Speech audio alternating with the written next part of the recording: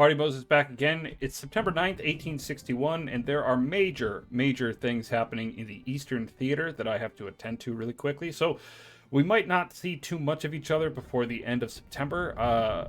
The Confederates have decided to make small armies and raid up and down Ohio and Pennsylvania. And I've been trying to shuffle my armies around. They're quite large, so trying to circle around and trap the small Confederate armies that we have is a little bit trying. But there are a couple things I'm going to organize over here in the Department of the West. And the first thing I want to do is actually build, or at least transfer over, a brown water navy. So in the port of St. Louis here, what I'm going to do is go into my military panel and hit fleets. And I'm going to hit create new fleet over here. And I'm going to, in St. Louis Harbor, going to build a new fleet. So what you can do is you can transfer any ships that you have in harbor over to that squadron.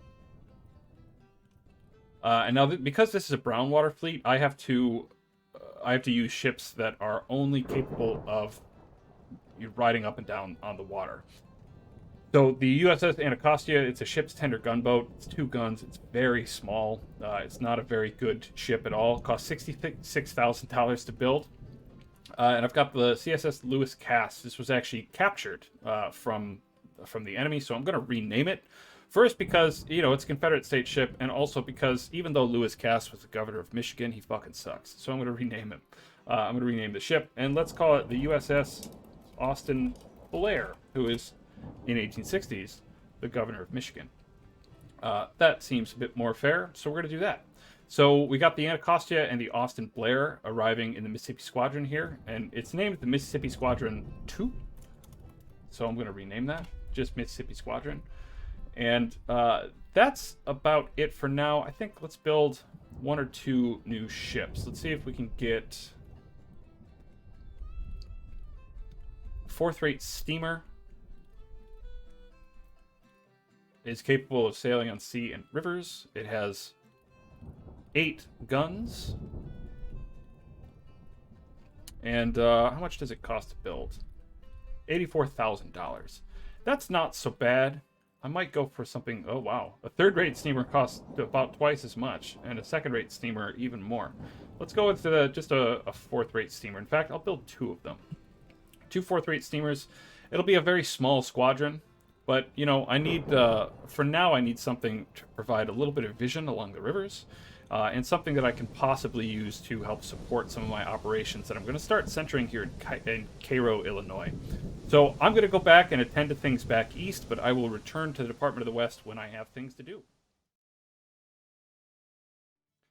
As you can see, it's now September 18th, 1861, and I'm going to get Harney, get a move on to take on this Western Army here. Now, I'm probably not going to be able to watch his entire march. It's gonna take a few days for him to get down to where the Western Army is. That intelligence is still rather fresh, and I do have this Corps of Instruction nearby to, at the very least, slow down any attack that might be trying to make its way up central Missouri here to get to St. Louis. But I still have quite a few things going on in the east. So excuse me if I have to kind of blink in and out of this march here to go contend with the crises over there. So let's accelerate some time and watch Harney get a move on here. And this actually, I'm going to pause it just so we're not interrupted. But this is a good opportunity to talk about perks, Army-wide perks. So once you have gained sufficient experience, your armies, your corps, and eventually, once you research the project to expand corps within the game, the army level, the corps level, and the brigade level all can get perks. So there are a number of different perks that we can take. Obviously, there's quite a few of these, and a lot of it is going to depend on the sort of makeup of the organization of your theater within the geography of the game, right? So Harney is probably not going to need siege train because he's not going to be doing too much sieging. There's not too many forts around. Similarly, he's connected to a telegraph already. He doesn't really need a field telegraph. Those will, decrease order delays that he receives from Washington. There's Balloon Corps, which is pretty fun. The order delays take a lot longer, but my intelligence gathering is leveled up by 25. Balloon Corps is actually a pretty good perk to pick if you create like scouting corps of cavalry, something like that. Bureau of Military Information is a really good one. Essentially, what it means is that you have hired civilians and you have sort of civilian resources to give information about enemy armies and enemy movements, things like that. And this is historically, it's kind of based on a real thing. Like there was no centralized intelligence arm of the Union Army, of the Federal Army, and it was organized by individual armies. So George McClellan was the guy who actually initially hired Alan Pinkerton to be his sort of civilian agent and intelligence gatherer. And one of the reasons that McClellan was so cautious throughout the entire war was because Pinkerton's intelligence often massively inflated the size of the Confederate forces. And because McClellan didn't trust anyone that he didn't have control over, he trusted Pinkerton even when like his own scouts and his own spies and his own army's experienced officers were like, McClellan, we gotta go, we gotta do this thing now. They don't have 200,000 men. But he would trust Pinkerton's intelligence claims before he would trust his own officers. And that's one of the many reasons that he was sort of overcautious in his engagement against the Confederates, because he earnestly believed that he was always massively outnumbered. So Bureau of Military Information is a good choice to make. Skilled Cartographers is all right. This is another intelligence gathering perk. Flying Column is really good. The movement speed of your armies is plus 10%, and they can carry more supplies, so they're less likely to need to retreat back to supply depots and things like that. This is another perk that's genuinely pretty good to take. Foot Cavalry. This basically comes from Stonewall Jackson, right? March speed plus 10, attrition during forced marches minus 10, and you level it up by using forced marches. Now, I tend not to use forced marches if possible, but this is a good perk, especially if you want to rapidly maneuver like a smaller army between larger or more numerous attacking forces. Sort of like what's happening back east right now, but we'll see. Engineers and Mechanics. I'm going to save this perk for my actual forming Corps of Engineers, which is actually currently recruiting back east. Ambulance Corps. This speeds up basically the healing of your wounded and sick soldiers, which is pretty good. And you level up by attending the wounded, which you do automatically. So you basically just always level this thing up. Pontoon Train is a good one if you're crossing rivers all the time, and you get more supply efficiency, which is pretty good. And you level it up by crossing small rivers, which would be like these guys over here, rather than like the Mississippi River. That's not a small river. They're talking about like these little creeks here. Sappers and Miners is pretty good if you are besieging a lot. So if I have a dedicated kind of siege army or siege corps, I often try to get Sappers and Miners and siege train because it makes their work a lot good. Land torpedoes, I don't use. That's basically it. You get a higher skirmishing efficiency, and the enemy movement speed is slowed because they have to search for land torpedoes, or mines, in other words. It was something that Confederates actually started using, and it was one of the first indications that their method of fighting, because of the desperation of their straits, their method of fighting wasn't quite as honorable or chivalrous as they claimed that they wanted it to be. Partisan brigades, again, is sort of a skirmishing, right? This means skirmishing not in the battle phase where you deploy skirmishers and move them around like units. It means that when armies meet, there's that phase before you get into a battle where they're skirmishing with one another, which is okay. If you have a corps or a like detached cavalry scouting purpose or something and going on raids, this is a pretty good one. Similarly, bushwhackers, this is good for raiding. Embedded reporters is a perk I'm going to pay a lot more attention to, because I think this is one of the ways that we can diffuse some of the leadership problems that you get when you have elite infantry units. We'll get to that probably later on in this campaign, so I'll save that for now. Limelights is another one for siege and skirmishing efficiency during nighttime. So that's something. And again, if you have a dedicated sort of scouting corps, Expert Scouts is really good. And the last one is River Expedition. So river movement speed plus 25% and siege assault efficiency plus 10%. So this is something I might look into as I hopefully start my work down the Mississippi River. But for now, I'm going to pick Ambulance Corps. I've got almost 1,000 men who are sick or wounded right now. So I'm going to take Ambulance Corps, and I'm going to try to attend to my disabled men here. So let's take a look at our disabled men. We've got 252 wounded from our last battle, and we've got 636 sick. This is because it's starting to get later in the year. It's starting to get a little colder. And over the winter, unless I get back to St. Louis or another kind of encampment, I'm going to have a lot more sick men. So I want to deal with that as quickly as I possibly can. And so I've got Ambulance Corps. So let's get back to the march here. Watch Harney advance a little bit, and I would not be surprised. I'm going to actually, yeah, I'm going to pause it here. Go attend to my movements back east. And first, the Union has issued bonds. So we issued $25 million bonds, and our credit rating has dropped once again. So let's take a look again at our financial panel. All right, we've got $24 million in the till, but our credit rating continues to just fluctuate from BBB to BBB minus all the time. It's going to go back and forth. We're doing better than Confederacy, and our interest rate has actually been descending. So that's good. We definitely want a lower interest rate. And I'm currently, my policies, I'm researching the Tariff Act. The Tariff Act is going to let us get a lot more revenue from tariffs, and it's going to hopefully help with some of our companies that we've been working on, trying to make them a bit more profitable. A lot of the industries will have to start buying domestically produced raw materials and finished goods and everything, and that should hopefully help to get things under control. And while we're paused, let's go take a look up here. If you remember from the last episode, we upgraded the Marquette iron mines, and now they're not done yet.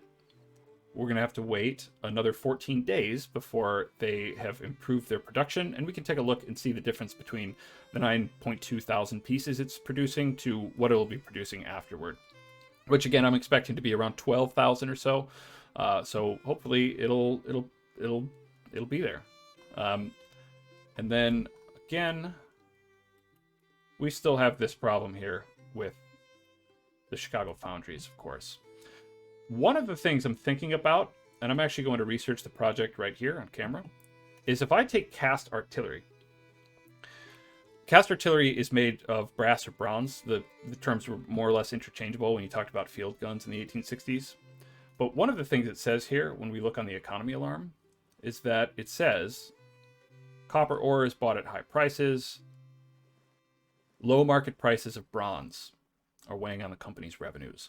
So I'm thinking that if I start producing more bronze artillery pieces, more bronze field pieces, so that if I pick this project here, cast artillery, I can build 12-pounder Napoleons, which are much better than the 6-pounders that most of my artillery units use. I can also build 14-pounder James rifles, which are nice kind of entry-level rifled artillery pieces. And I'm starting to get some pretty good artillerists in my various armies. So getting them better pieces will be a big improvement, and I'm thinking that the more pieces of brass artillery that I produce, the higher the price of bronze. You know, the more demand, the higher the price. And so right now, right, it's not, the average price is less than 100. I don't quite know how to read all this, to be honest, right? But I'm hoping that if I have a higher volume of bronze use in creating my pieces of artillery, that it might actually drive the price up, and that might help make our foundries a little bit more profitable. So again, that's a guess, but I am going to research this project, and I'm thinking about taking cavalry carbines. And let me just kind of explain a couple of things here, just on sort of what I'm thinking about. So cavalry carbines is a pretty good project. It'll get you, I believe, Burnside and Maynard carbines at least. It doesn't have a list though. I can't. It's short range carbines. So let's take a look at our military panel and our weapons. Right. So you don't get the Sharps. You don't get the Joslyn. You don't actually get the Maynard either, because that's not considered a short range. That's a mid range carbine. The Maynard is a really good one though. but it would give us the Burnside, and I believe the Colt revolving rifle. Now, I almost never use the Colt revolving rifle. I think it's sort of a goofy one. And again, this game is way too generous toward rate of fire for the Colt revolving rifle. And it's a little too generous for the Burnside carbine as well. I mean, you should be able to be firing probably, I would say maybe 5 shots a minute with something like the Burnside. Not 9. It's way too generous with repeating rifles. But there's another project here that I also really like. The Cavalry carbine, or not Cavalry carbine, sorry. Medium range carbines. This gives you the Joslyn. And let's take a look at our weapons panel again. The Joslyn rifle carbine I like a lot. So the Joslyn is a breech loading single shot carbine. It's got a pretty decent range at 300 yards. It's around the same range as many of our just rifled pieces or rifles for our infantry. And it is a breech loader. It uses like this kind of almost like screw open breech in the back. And it uses a brass cartridge. It's one of the first kind of brass cartridges, rimfire cartridge that was really produced. Brass cartridges help to solve a lot of the problems that black powder weapons had, and not only in terms of the sealing of the breech, but also just in terms of loading, carrying weapons, and making the cartridges more reliable. So the Sharps carbine, for instance, at this point is still using linen, like treated linen cartridges that burn away as they fire. But the Joslyn actually would be using a brass cartridge, which is pretty good. There are a couple of other options. The Confederates actually get their own. I believe it's a Richmond carbine. It's just a muzzle-loading carbine, but it's another one of those that you can get from the Project to Research Confederate Rifles. And just sort of taking a look at some of the weapons that I have around here. And one last thing. I want to talk about the Hall one last time, right? So, I talked about its ridiculous rate of fire last time, and one of the things I wanted to mention was that the Hall rifle was invented in 1811. Its first patent was 1811. It predates the War of 1812. And the attempt to load from the breech was not an attempt to raise the rate of fire of the weapon. That wasn't the concern. The concern was having a rifled musket. And the problem with a rifled musket in 1811 was that you still had to load it by the muzzle. They were still firing round ball. And the problem with rifles was that although they were more accurate, they were much slower to load and much more susceptible to the problems of fouling, right? We talked a little bit about how every time you fire a black powder weapon, it has like this thin coat of almost like hot paint that fills the inside of the barrel and all of the mechanisms that are moving around. And because of that, if you load in a lead musket ball that is the size of the bore, you've got one shot until you're fighting the fouling to load the musket, which slows everything down. So typically smoothbore muskets would actually fire a ball that was 3 or 4 caliber undersized from the size of the muzzle so that you could load it easily even after you fired 4 or 5 or 6 shots, and that fouling builds up and essentially makes the bore of your musket smaller each time. So the Hall rifle was not an attempt to make riflemen fire faster in the sense that we would understand it in the 1860s of rapid fire breech loading. It was in order to have a rifled musket that would load just as fast as a smoothbore musket. So if anything, maybe the Hall should be able to fire 4, maybe 5 shots a minute. Maybe. That's about the same standard as a well-trained, well-drilled, experienced man firing a smoothbore musket. But you get the added addition of extra range and accuracy because it's rifled. And so that's what the Hall rifle was trying to do. It wasn't trying to make a rifle that could fire 8 shots a minute. That's not at all what it was trying to do. What it was trying to do was find a way to more efficiently load and fire a rifled musket with the same speed that you could fire a smoothbore musket. And I think especially a lot of the talk around black powder weapons of the Civil War, and especially like breech loading and repeating rifles of the Civil War, tend to lean more heavily on the idea that, oh, well, you obviously wanted a higher rate of fire. And that's not necessarily where the sort of standard thought the doctrine of the United States Army was in the 1860s. It wasn't even where they were by the 1890s. Rate of fire was a secondary concern. It was accuracy, it was reliability, it was ease of manufacture, and it was a whole lot of other problems introduced mostly by black powder that they were trying to circumvent, not rate of fire. We'll probably talk a lot more about this because this is a topic that I'm really interested in. I have a lot of experience firing black powder weapons. I can and have loaded a smoothbore musket in 10 seconds or less pretty reliably. It's something that I do pretty often. So I just want to kind of like, this might be very boring to all of you, and you're welcome to skip past all these parts, but I'll probably bring this stuff up like a lot, especially if we get into later projects that introduce things like the Henry rifle. And I'll talk about my opinions about that somewhat later. But for now, let's close this. Or wait, no, we want to research a project. So rather than take cavalry carbines, which is slightly cheaper, I'm actually going to go for the medium range carbines, and I'm going to order myself some Joslyn rifle carbines. I'm only going to order 3,000 for now. That's going to be just enough for about 1 brigade of cavalry. So I'm going to order those. And one last thing. So we are only a few days, 2.5 days from getting 50,000 Springfield Rifle-Muskets. And there are some things that I'm going to talk about with regards to those, probably after the next battle. So let's get back to it. We're right back here again. I'm going to head back east, check things out, and I will be right back to the Department of the West and hopefully our confrontation with this Western Army down here. So I'll be right back. We've had somewhat of an anticlimactic march over here. It's now September 27th, 1861. Again, lots of things are happening back east I have to attend to. And luckily, I guess, William Harney has driven away the Western Army back, hopefully, south of the Missouri line. And I think we're feeling confident enough. We're going to march over here to Springfield. And we're going to see if the Missouri State Guard is still here. Now, this is several months out of date, so I wouldn't be surprised if they're not there at all. But I do want to confront them.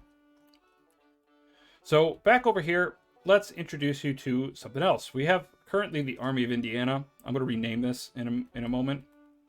But the Army of Indiana is assembling under Grant. It is not ready to do anything. And the Confederates have a 19,000-man Army of the Mississippi heading probably up into Evansville, Indiana, and they might come to Vincennes. So I'm really hoping that Grant can get himself ready and head over to Vincennes to confront this army.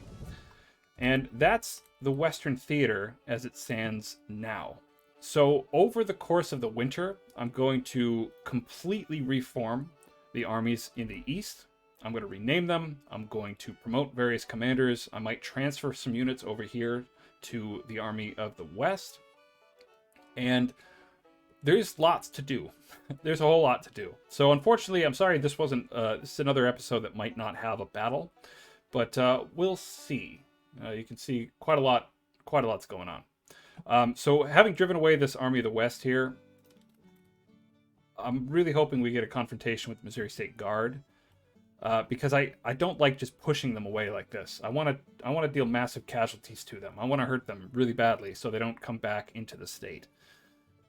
But that's things for now. I think this is being... I don't actually want to construct this. So I wonder if that's being deconstructed. But we'll see. And as you can see as well, I've only been marching around here for a few days, and I'm already starting to get into supply crisis. Just because it's so brutal to march around out here without supplies. I apologize for that. I'm going to turn the volume down. I keep having to double check my, to verify my game files. And every time I do it, jacks the volume for everything way back up, and that storm is very loud in my headphones. So, however, okay, so it's the end of September, so there's a few other things to deal with. For one thing, we actually have 53,000 Springfield rifles that we can now distribute to our troops. So I'm going to give a single brigade in here some rifles. Mostly this is because, again, the western front here is not considered terribly important yet. We're not contending with too many enemy forces. We're not really getting into a lot of battles, and so the priority for getting rifles out to the Department of the West is pretty low. But I'm going to give... I did get the Hall rifles out to Wallace here. I had to do some shuffling, but I got them. He's got them out there. I think I'm going to give them to Abercrombie. Abercrombie's been fighting pretty hard so far, and he gets 2,800 Springfield Rifle-Muskets. So almost everyone, almost all of my infantry in here have rifle muskets now, which is pretty great. I think the only one that doesn't is Tidball, the 1st Iowa. I still have some problems getting good carbines to my cavalry, but because of the project we're working on, hopefully we can get some of these Joslyn carbines out pretty soon. We got 3,000 coming in 75 days. And one other thing I want to talk about in terms of weapons, and then I'll stop talking about weapons for so long. All the weapons here have, right, we've got availability. It says whether it's produced or not produced, whether they're imported or whatever. Underneath availability, it says standardization. Most of them say 0 because they're not being produced. But if we look down to the Springfield Rifle-Musket, its standardization score is 5. And this is because we started to produce them, which means that the factories that are producing the Springfield Rifle-Muskets are tooling up. They're getting used to this design. They have all the blueprints and all the patterns and everything, and they're producing these things more rapidly than when they started, right? And because I've produced 50,000 now, this has gone up to 5. Now, I'm not 100% sure how exactly the game increases standardization. I'm not sure if it's just something that happens with time, or if it's something that happens with numbers produced. I genuinely do not know. And because we've created 50,000 rifle muskets, or Springfields, like, it's attractive to say that 10,000 produced equals 1 point toward your standardization score, but I don't know. But the thing is, the higher the standardization score, the lower the price of the rifle and the less time it takes to produce them. Now, when I started, these were a bit more expensive. I don't remember exactly how expensive they were, but they were closer to the cost of Mississippi rifle, which right now is about $40 or $20 or so, $24 more expensive. And you can see that if I were to, well, I've got this project going, right? 25,000 is going to take 77 days. Whereas if I were to do 25,000 of these, it's still going to take more. This is because they're producing. It's hard to compare at this point. So I've got 25,000 of these coming, and I've got 25,000, I believe. How many? 10,000 of the Plains rifles coming. So I'm going to compare these a little bit later.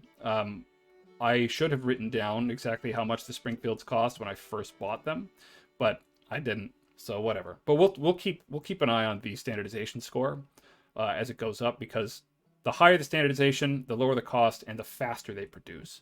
So I'm going to have to wait a little bit to order another batch of 50,000 rifle muskets, because I don't have the money right now. I have to pay attention to my finances. I've got 12 million available right now. My credit score is not very good. It's bottomed out there in BBB minus. I want to keep this above a B, because I really don't want to go below the B level. I don't want to get into the C's, because if I do that, I can't buy new things. I can't build new troops. I can't do anything. You can also see that my credit rating, or my interest rate, is going up because I'm spending a lot of money. However, I believe I've already mentioned, I'm researching the Tariff Act. The Tariff Act should give us a little bit more money in our coffers here. We're getting tariff revenues of 209 million. So remember that number, and in a few days we can check back and we'll see if that number goes up. And yeah, my credit rating is going down and my interest rate is climbing, mostly because I've ordered a ton of stuff. I've ordered a whole bunch of artillery pieces. I've ordered some cavalry carbines. I've ordered more rifles, and I've built more armies. And I've built two more ships as well. So there's a lot going on. and I'm spending a whole lot of money, and I really need to slow down. But we can kind of take a look at our strategy here to get an eye on things. We've got 160,000 men in uniform. The Confederates only have 106,000 right now. So we are edging them out in terms of manpower, but they have so many small little armies. Just giving you a brief preview of the East over there. They have so many small little armies that they are hitting me in places that I'm constantly surprised about. So I really needed to keep on top of that, and I'm considering, maybe after we confront the Missouri State Guard over here, I'm considering actually splitting the Department of the West into 2 smaller corps, and maybe transferring some men from back east. I'd like to have 2 armies of at least 3 divisions apiece, but without trying to kind of limit my recruitment right now, I'm not sure how that's going to look. So let's increase the speed a little bit. I don't think we're going to get into too much trouble in the east for now.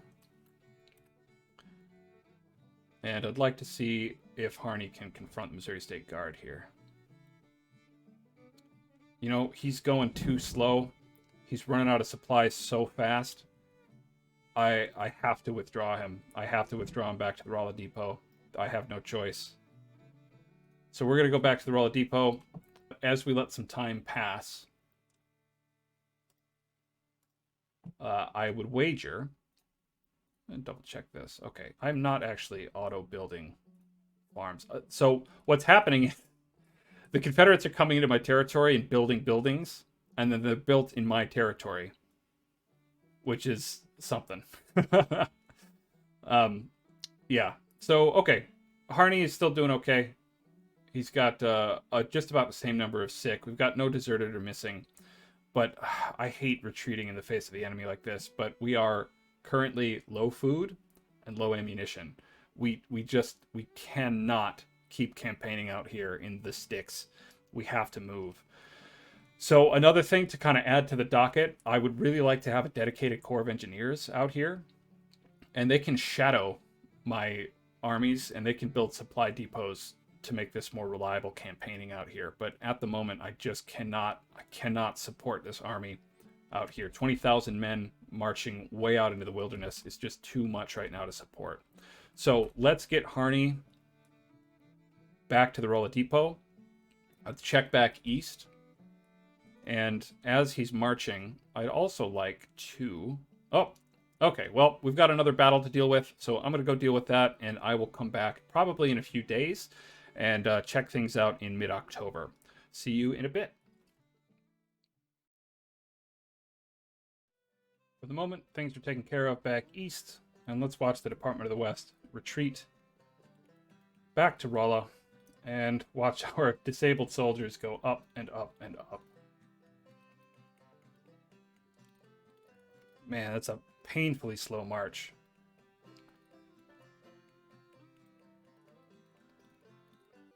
We now have enough sort of incentive to replace Harney and to think about the organization of our Department of the West over here. Now, we have not researched the project yet that will allow us to create corps that will be under we have the organization reform. We need to have at least 4 million in the subsidy costs to increase this, which historically didn't actually really happen until about March 1862. So we're about around the same time, right? We've got quite a lot of money going into the military budget, so we should be able to do that pretty soon. Now, part of the reason we want to replace Harney is that because he's sort of an untrustworthy aggressor in the war, he's letting things like this happen, like this bizarre march from this army, the Army of the Mississippi. So now they were just over here, and now they've decided to march in to this little town, Pinckneyville. I have just sent Grant's Expeditionary Corps, which is now a new member of, we'll call this generally the whole Department of the West here. So Grant's Expeditionary Corps has just been dispatched over here to Vincennes. So I'm going to bring him back, and we're going to use Grant's Expeditionary Corps to challenge the Army of the Mississippi. Now, they outnumber us, and that's something to be concerned about, but it will be their first battle. It'll also be Grant's first battle. I might be able to transfer in some of the men from the Corps of Instruction to Grant before the battle actually starts. But before we do, let's just take a quick look at Grant's order of battle. And again, go over and look at the Department of the West here and think about getting Harney replaced. Now, you can see how rapidly our supplies kind of returned to the army. They're no longer losing men to attrition quite so much. We still have 722 men sick. We still have 152 wounded. That's not going to change that much. But they are at least getting supply, and they're starting to feel a little bit better. Now, if we go to the Manage Army panel, see I've got some replacement artillery men coming in here. I have made Lyon the 2nd Division commander. I've replaced Philip St. George Cook. He's going off to the east to live on a farm and have a better life. We're keeping Sumner as the 1st Division commander. Lyon is, again, coming in as 2nd Division commander. And I've got John Stevenson has taken over for the 1st Missouri Infantry Brigade. And we now have every single brigade in this army armed with rifles, with the exception of course, our cavalry. And that's fine. But Lyon is our division commander. I've replaced Phil Kearney with John Buford as our cavalry division commander. And I'm going to actually replace Bill Harney here with Phil Kearney. Kearney has been a superb commander. Philip Kearney also, we can kind of look at his blurb here. Oh, it doesn't even show anything. Philip Kearney was a regular army soldier, fought in the Mexican-American War, and because he was so dissatisfied with the amount of combat that he saw, he went over to France and joined a French cavalry division and fought in a number of battles for France, and then came back, obviously, at the beginning of the Civil War, and was quickly made a division commander. He went up through the ranks, brigade and division commander and everything, and was killed, I believe, at the Battle of Antietam. I'd have to double check. But Kearney was killed very early on in the war, and now he is the leader of our Department of the West. And I believe we're gonna change the name of the Department of the West too. The department tends to imply, right, you're the leadership, the bureaucratic leadership of several armies all working in concert. This is just one army. So I'm going to call this army the Army of the Missouri. I'm sticking with the Union naming convention of naming the armies after the rivers that they're operating on. I could call it the Army of the Mississippi. I could also spell army correctly, so I'm going to do that. I could call it the Army of the Mississippi, but that name is eventually going to be taken by Grant's Expeditionary Corps, I think. So that is some of the changes that we've had in the Department of the West, now the Army of the Missouri. So that's some exciting news. And obviously we over here have Grant's Expeditionary Corps, which is racing over on the rails to confront the Confederate Army of the Mississippi. And just to take a look at what I've got here so far, right? We've got Grant. His 1st Division is George Crook. His 2nd Division commander is Winfield Scott Hancock. And Abner Doubleday is taking the 3rd Division. So fairly decent. This is a pretty good division commander organization. We've also got the 5th Indiana, the 1st Kentucky, the 3rd Michigan, 1st Wisconsin, 3rd Missouri, and 4th Missouri infantry brigades. And we've got 3 batteries of artillery. These are all 6-pounders. I still don't have quite a lot of available field guns to give to anybody, but almost everybody here, we've got plenty of them. So I'm going to distribute some Springfield Rifle-Muskets. So this entire army now, Grant's Expeditionary Corps, is all armed with rifles. The only thing that I'd really like to attach to this is a division and a brigade of cavalry. So let's go and see what we've got in the Corps of Instruction under John Fremont over here. Just infantry brigades. I have transferred 2 brigades of Tennessee infantry over to the Corps of Instruction because Tennessee has 37 state support, which means at the beginning of every single battle, these guys would start with 37% morale, which is just not something that you should ever fight with. Now, I do have a couple of other brigades of infantry that I could send over to Grant, and I believe I will. I think I'm actually going to send the 1st Minnesota. I'm going to give them rifles, and I'm going to transfer the 1st Minnesota over to... You can see the rest of my armies here. Grant's Expeditionary Corps. 1st Minnesota is going to go to the 1st Division under Crook, and just because I have ADHD, I'm going to transfer this over and then transfer it back over so that it looks a little bit nice. So there you have it. So remember when I talked about our finances and the Tariff Act? Well, our Tariff Act has increased our income by 150 million, which is huge. It's also bumped our debt rating back up to BBB. It's pretty good to be. And we've got 23 million in the till right now, which is looking pretty good. So I'm feeling a little bit more confident about increasing some subsidies and recruiting more men as I need them, and also purchasing more weapons. So once this gets up a little bit more, I might actually purchase another batch of 50,000 Springfields. And I do have some other pieces of artillery, obviously, that are being made, and that should be coming in pretty soon. And one last thing to check on. Remember earlier when we were looking at upgrading our iron mine up here? So that is completed. And if we want to look at the Marquette iron mines, we're now producing 28 pieces of iron, which is a huge increase, a much bigger increase than I thought was going to happen. And it doesn't seem to have changed too much here in this thing. We're still kind of getting, the same amount of iron ore and producing the same amount of iron.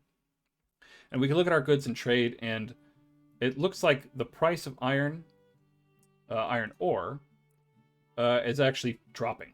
So that's actually good, right? Because it's one of the reasons that this company down here isn't profitable is because the price of iron is higher than it is when they sell it, right? So more iron ore driving the price of iron ore down will make this will make this more profitable in the long run. Of course, none of the economic things are going to be short-term fixes, like I've said before.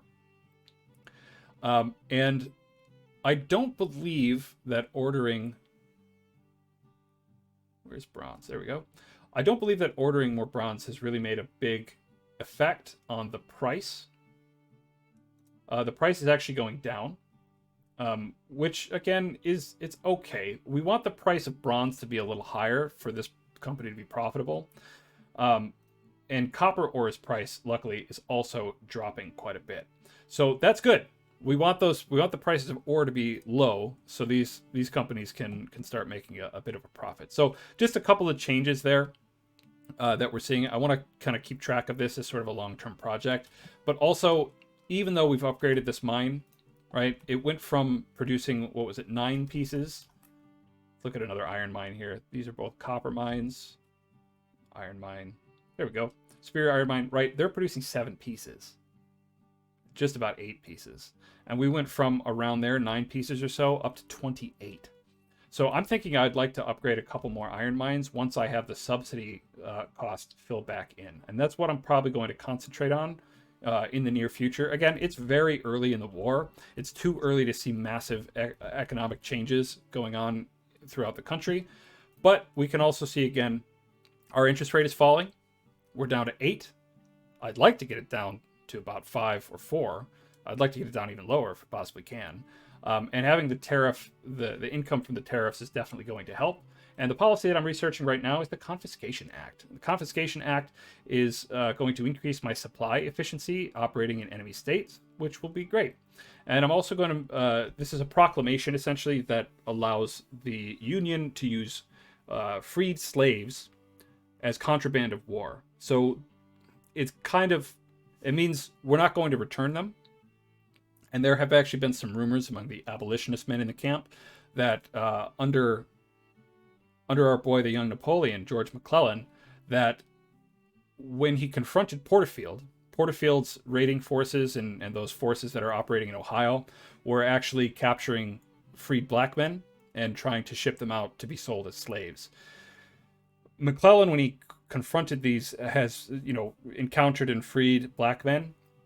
But there are rumors that some of his officers have been returning contraband, as we'd call them, returning slaves that have been freed from, servants from the Confederate Army that have escaped out of the Confederate Army, and they've been returning them to their owners to make a profit. And that's rumors that have been going on, exacerbated by the radical Republican press.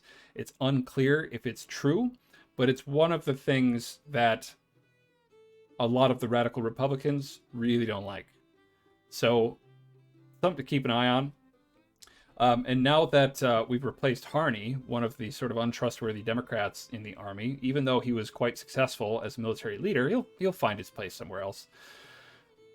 A lot more criticism is starting to be directed at the young Napoleon, and part of it is because the impression of his campaign in Ohio was that he was basically being rope-a-doped, right? He was marching from city to city, unable to catch up with the raiding forces, and a lot of the criticism, especially coming from the Ohio press, is that the young Napoleon himself didn't actually want to confront these parties. He wanted to let them sort of operate with impunity so that he could catch them and smash them and make himself the hero. But unexpectedly, the hero of the hour turned out to be Fighting Joe Hooker, who actually did corner them along the Ohio River and smashed 2 armies of them in detail. And Joe Hooker has turned out to be the more famous element of the campaign in the Ohio at the moment.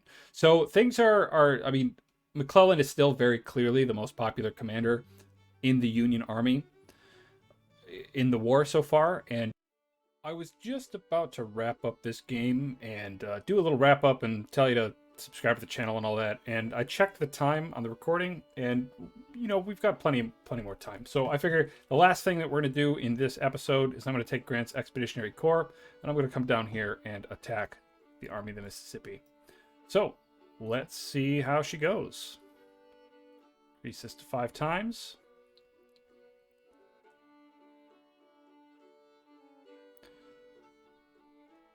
And we're about even. They have more guns than I do, but just barely. And we'll see what other info we get at the pre-battle screen. They have more cavalry than I do, because I have none.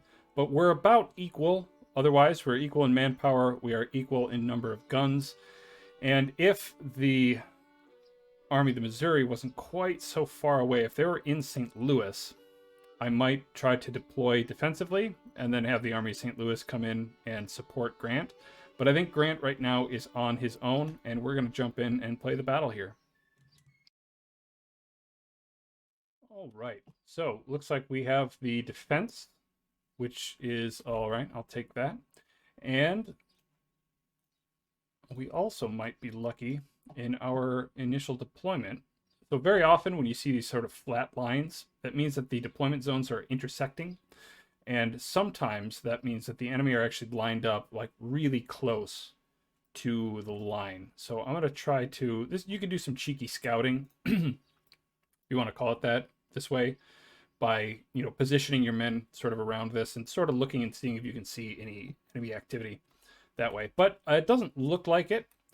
But we do have a couple of strategic issues to deal with. So if I wanted to be very conservative, what I would do is deploy behind the Springfield River here. This would force them basically to come right across these bridges. And we've got some fence lines here to help cover us. They'd come across, get cut up by my artillery, and then I could attack them. But the problem with the bridges is it makes pursuing them after they've retreated a little bit harder. And I personally like being really aggressive. If I can, what I'd really like to do in every single battle is catch the enemy along their route of march before they're ready to deploy and cut them up in detail. And this is what I very often try to do. Now with this particular deployment zone, it's going to be a little bit difficult for a couple of reasons. For one, you know, we're on the far side of these forests, and getting through them is going to take a long time just to get the men through the woods if I want to deploy straight ahead. But the enemy also have 2 deployment areas. So they're coming in, they're probably going to be deployed somewhere in the middle over here, and they might be able to catch me off guard before I'm able to deploy. So the choice that I have to make is whether or not I want to try to stuff I have to cover both of these roads, because they might come down this way, and they might also come down this way. And with 19,000 men, I can't possibly watch both of them. Man, I really wish I could front up, I could post up here and be a lot more aggressive, but I just don't think I can swing it this time. So I guess I'm going to go with the conservative strategy. I'm going to deploy on the other side here of the Springfield River.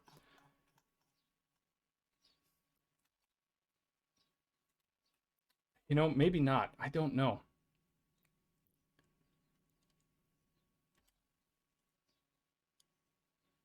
The biggest issue is that I can't stack up on one of these roads and cover the other one either.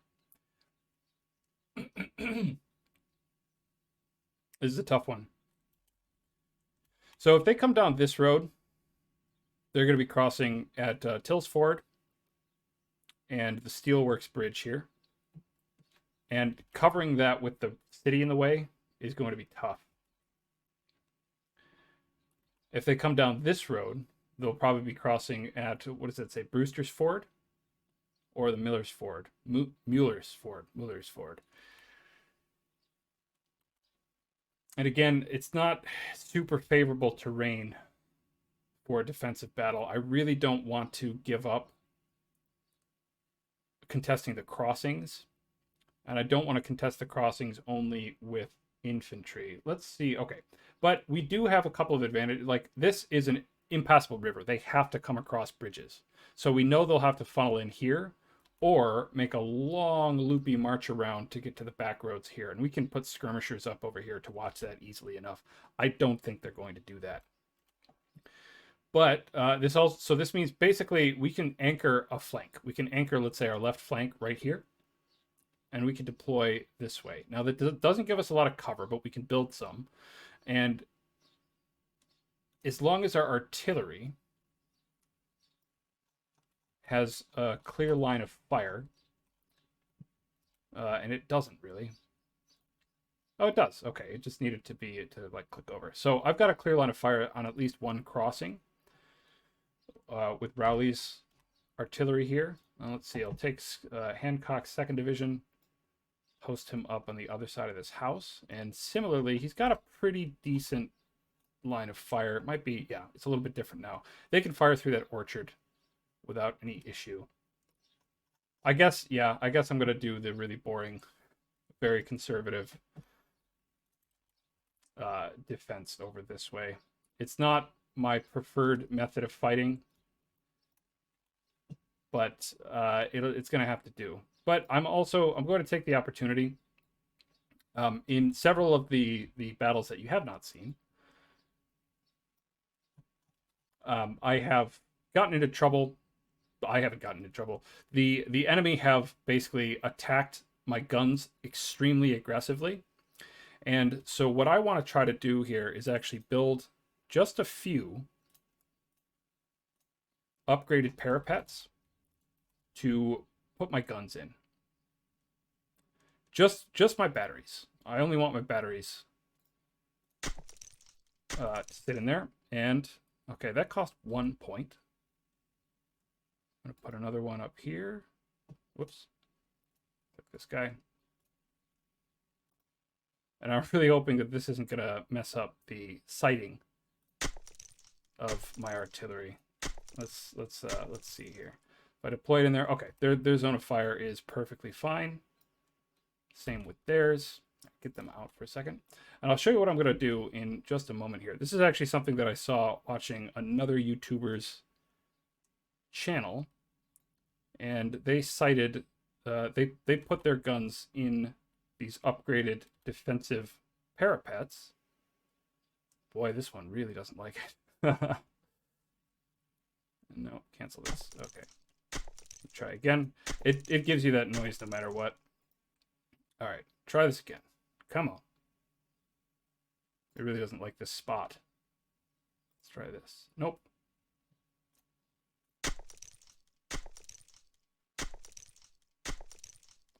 Oh, it looks like, all right, too bad.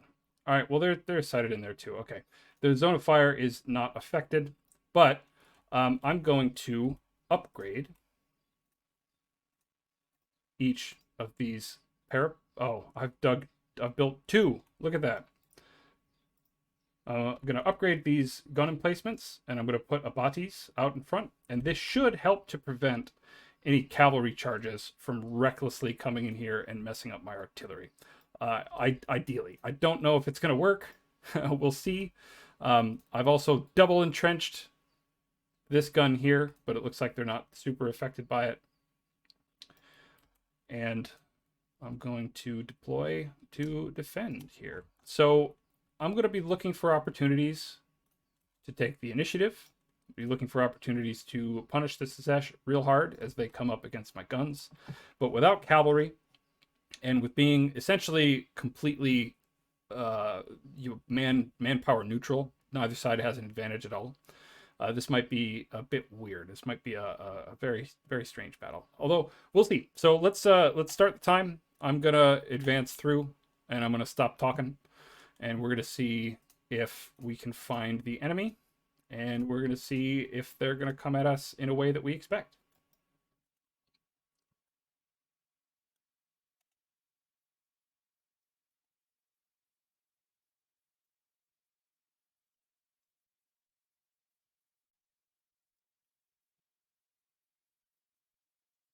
We have caught sight of the enemy, and they are coming down the south road here, which again makes me wish I really had gone with my first instincts and deployed over here.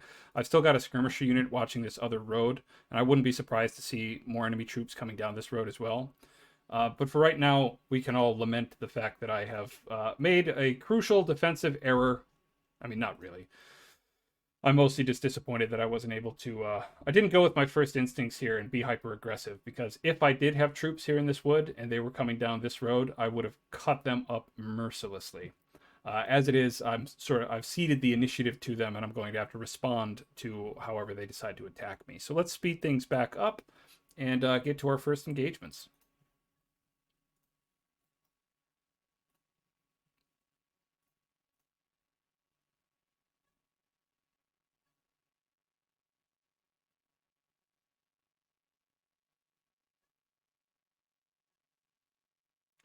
And for some reason, they have decided to turn around and countermarch back up the south road. I wonder what's going on there.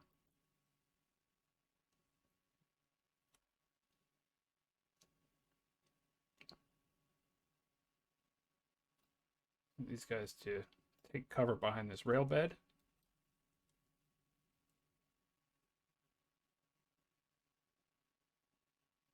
Honestly, this is bizarre. I don't know at all what they are up to.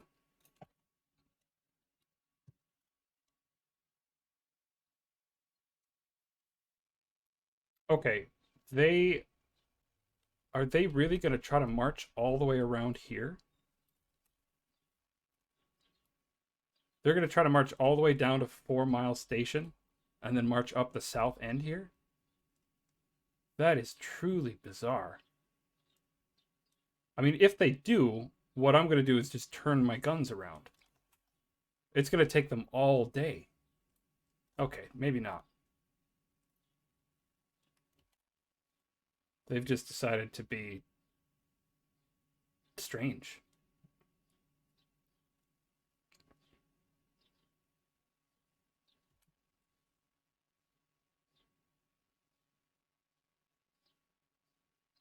If they bring a division over here to sort of threaten me from across the ford, across the Springfield River, that's fine. I'll probably bring Crook's division over this way and just, fight them from across the river. That's not that big a deal. It just is just truly, truly bizarre.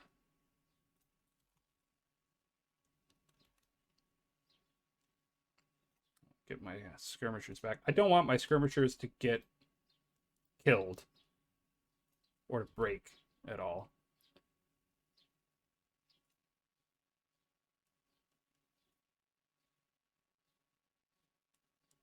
Yeah, they'll be coming up along this way.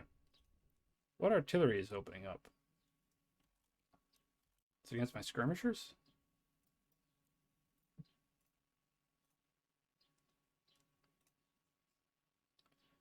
So I do have Captain Thomas Rowley's batteries can fire on Jubal Early's brigade. Looks like they're going to take a different crossing. Okay. That's fine. And yeah, this division, I wouldn't be surprised if it's going to try to come around and basically batter my flank. But honestly, that means that they have one less whole division that can actually exert itself here in the fighting. They're going to fire at my entrenched guns, and honestly, I say let them. That's not that major a concern. They can't cross this river, and it's going to take them forever to march all the way around. And worst case scenario, their artillery kind of hammers my 1st Illinois Light over here, but I'm not that concerned about it. All right, here we go.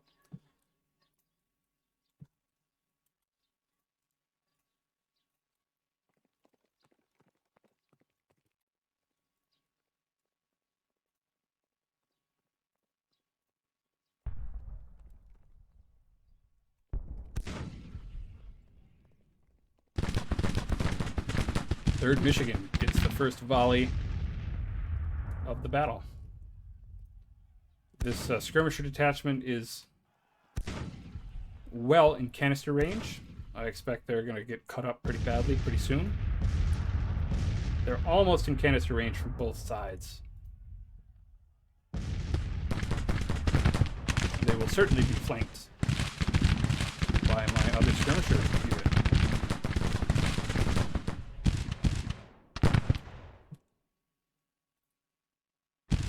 And why not? Let's hit them with 3 different directions.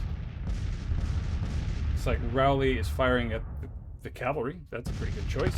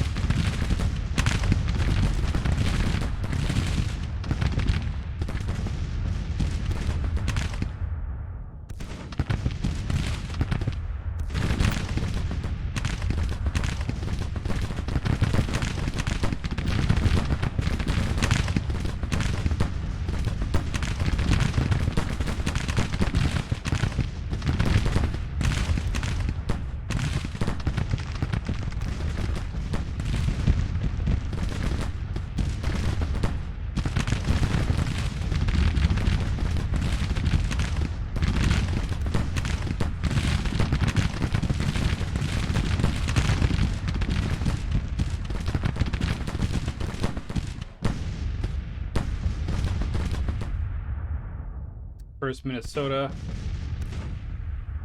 dealt with early skirmishers there, and I'm going to have the 1st Kentucky get right up in the faces of these guns. They might lose some men in doing so, but I've got to take them out. And this will hammer the Confederate morale if I can take these guys out quickly as well.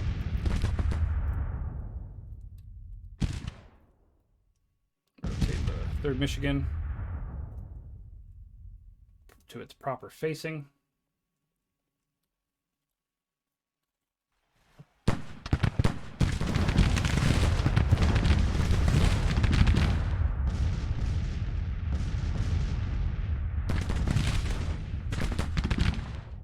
Already taken quite a few casualties. These are also, a couple of these batteries are quite small. I'm going to bring the 5th Indiana up here to support. And as soon as they get there, I'm either going to charge Barnes or I'm going to charge Burnham. It depends on the state of the 1st Kentucky's morale. If they can break this battalion just through volley fire before they really start eating canister, then I'll have them charge. If not, I'm going to wait for support. The rest of the Confederates seem to be obligingly just standing there taking fire from my artillery, and I could not be more happy about that. I am, however, going to turn Captain Rowley's guns here into counter-battery fire. We're going to hammer Grigsby's battalion, rather than concentrate on the infantry. I've got these guys concentrating on the infantry already quite enough. Alright, here we go. Ransom's battalion is wavering. Wickham's battalion is taking some casualties.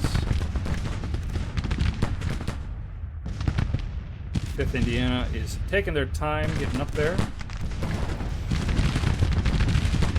Oh, Barnes' skirmisher detachment was over here watching this eastern road. Alright, 1st Kentucky is wavering. I'm going to have them lay down. I'm going to order their skirmishers to fire on Ransom's battalion. I have to break one of these soon, and I'm honestly quite surprised that it hasn't happened yet. They've taken 50% casualties. There they go.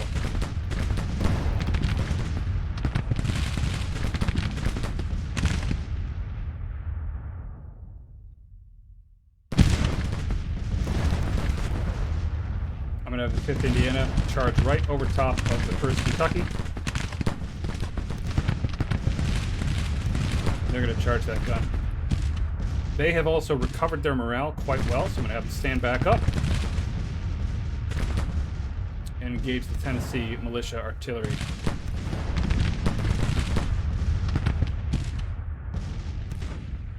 So, a tip, let me slow things down a little bit. So I just took in the 1st Minnesota skirmishers from out in front here. And the reason I did that is because Early's brigade is going to march into range of this brigade pretty soon. And if I left my skirmishers out, it would basically mean that I have only the damage that my skirmishers are capable of doing to the enemy brigade here. And I'd like all of the combat power of the 1st Minnesota here to hammer this brigade as hard as possible. And I can't do that if my skirmishers are in the way. This brigade will not fire on its own skirmishers. And so I want to reserve all of my fire, every man that I possibly can, to fire on this brigade when they come into range. So as soon as this, see if I can get them in cover on the rail bed here. I'm going to do the same for Barnes. Be a little cluttered, but that's fine. Order them to advance. And as soon as they start engaging, I'll advance the 1st Minnesota.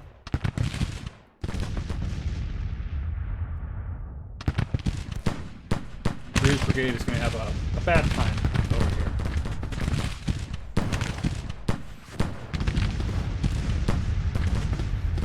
While obviously this isn't quite as graphically detailed as something like Total War, it is sometimes gratifying once you see, you know, a volley, a pretty well-ordered volley, go into the enemy. You can see the models drop. That can be pretty satisfying sometimes. There they go.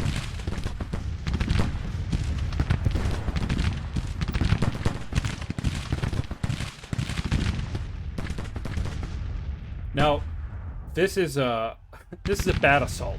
Don't ever do this. Greer's brigade is completely unsupported. He's got no allies anywhere near him, and he's trying to advance on a gun that is in.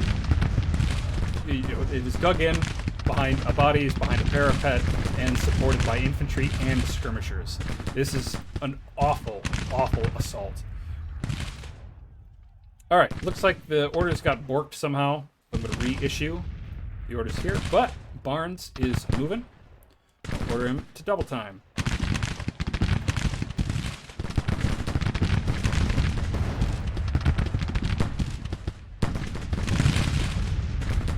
Yep, there goes Greer's brigade, broken by the canister fired from the 2nd Indiana Light Artillery crew here.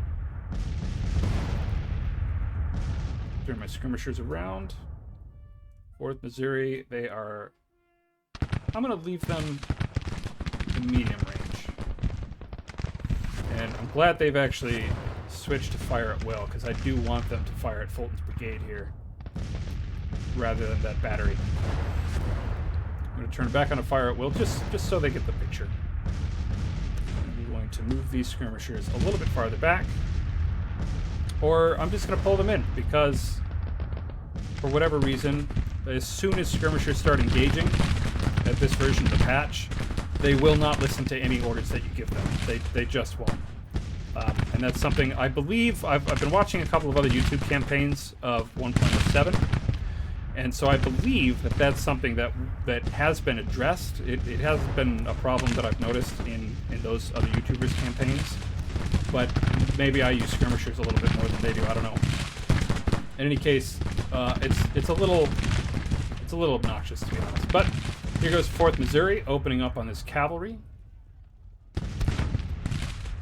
And I'm going to get the 3rd Missouri to come back and support as well, just in case this gets to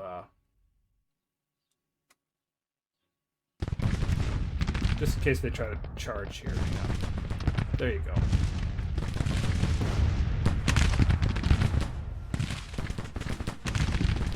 It does look like they are preparing to charge, which if they charge my guns, I'm gonna be really annoyed. This is something that AI has been doing with way too much frequency, is that they'll just bring their cavalry right in front of these guns, and they'll just charge them. They'll just charge them, and they'll lose the brigade, but they'll also take out your guns, and it's mighty irritating. Alright, 5th Indiana is finally getting their heads on right, and they've come in and they've broken Early's brigade here.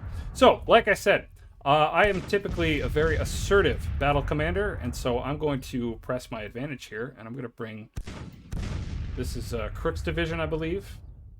I'm going to get Crook's division to march and advance on this flank. They're going to be a little staggered and kind of in each other's way for now, but as soon as they start engaging, they'll fix each other up. But the right flank of my Michigan infantry is pretty open, pretty clear, so I'm going to advance them too, and I'm going to bring the 1st Wisconsin up here, just past the battery, to support. The 4th Missouri is nervous, and I'm not sure why. Routed units. There were no friendly routed units.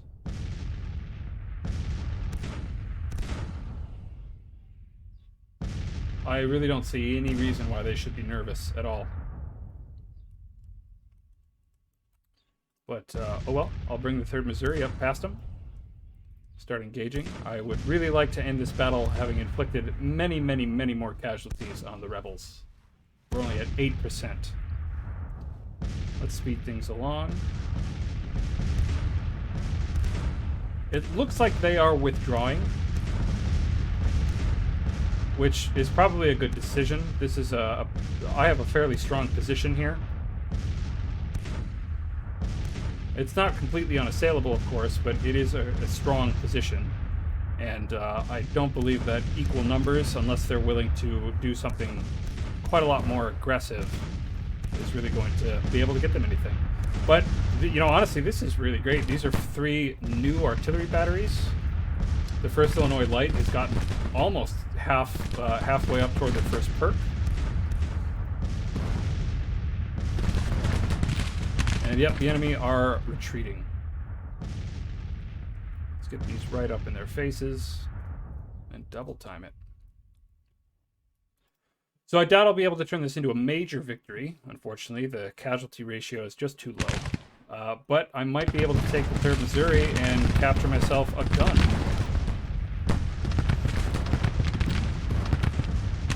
So I'm actually going to bring their division commander up a little closer, because I am going to charge into this sort of broken unit. See if I can capture some prisoners. Doesn't look like it. Be great to have cavalry. That's something I'll sort out following this battle.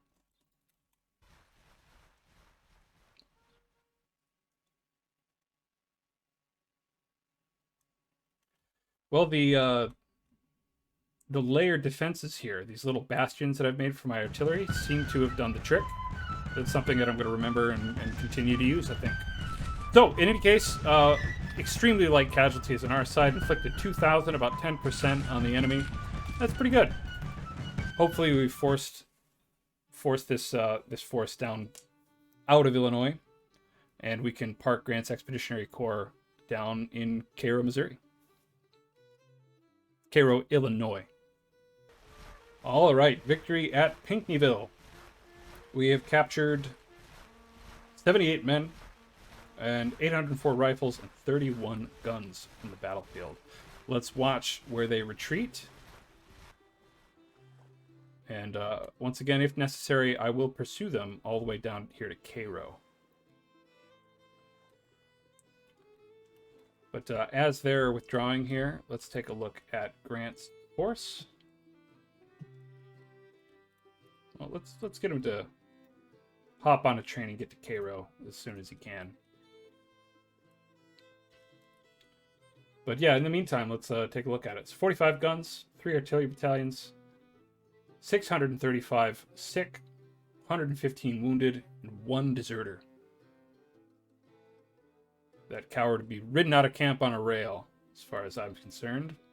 Morale still remains confident, and I believe once they come into contact with this Army of Mississippi, they will force them once again to withdraw. They can't possibly be ready to fight another battle right now. I'd be very surprised if they did. Yep, there they go. My intelligence needed to update itself, and let's slow this down a little bit.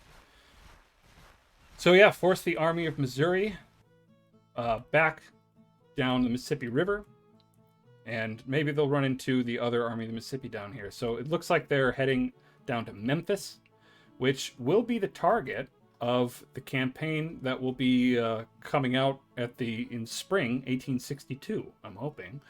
So I think right now we're going to try to retire to winter camp.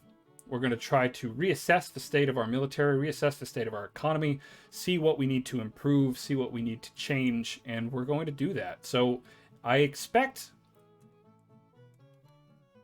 would like to say that we're going to have a pretty quiet winter, but I don't think that's going to happen. I think what's going to happen is that the campaign AI, especially back east, is going to continue doing what they have been doing all campaign, which is as soon as they get to like yellow readiness, they're going to hurl their army at my army, and I'm going to beat them, and they're going to withdraw, and then they're going to do it again as soon as they can. We can look already, right? The war has been ongoing since April. We have had 17 large-scale battles already. That didn't really happen in 1861. It was a little slower pace, and I'm really hoping that in some subsequent patches, the developers take a look at this and actually sort of curtail the willingness for the enemy AI to just spam attacks over and over, like badly planned, badly coordinated attacks with armies that are completely outnumbered by the defenders, just throwing their men away at solid defensive lines like that. In terms of the actual battle AI, there have been pretty major improvements. In terms of the campaign AI, if you're playing the 1.06 patch and you set low aggressiveness on the AI side at the beginning of the campaign, don't expect it to be low aggressiveness at all. They will just come at you over and over and over again.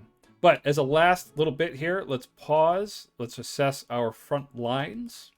So we're looking pretty good. Again, this southwest corner of Missouri still needs to be dealt with. And the way that I think we're going to have to do that is by smaller armies. We might break up the Army of the Missouri into a couple of smaller armies that can march a little bit more rapidly. But we'll see. I'm not quite willing to break that up yet. But I do need to kick out the Missouri State Guard. Again, this is a tiny army, and all I need to do is come to grips with it. So if that means marching to Springfield and building a supply depot, or waiting for a corps of engineers to be freed up from the east to ride the rails out here and help me construct a supply depot, we'll see. But that is it for this episode. So once again, if you have any comments, if you have any questions, if you have any requests for things to cover, feel free to leave a comment down here on the YouTube channel or get a hold of me on Reddit. And once again, thank you very much for watching, and I'll see you next time.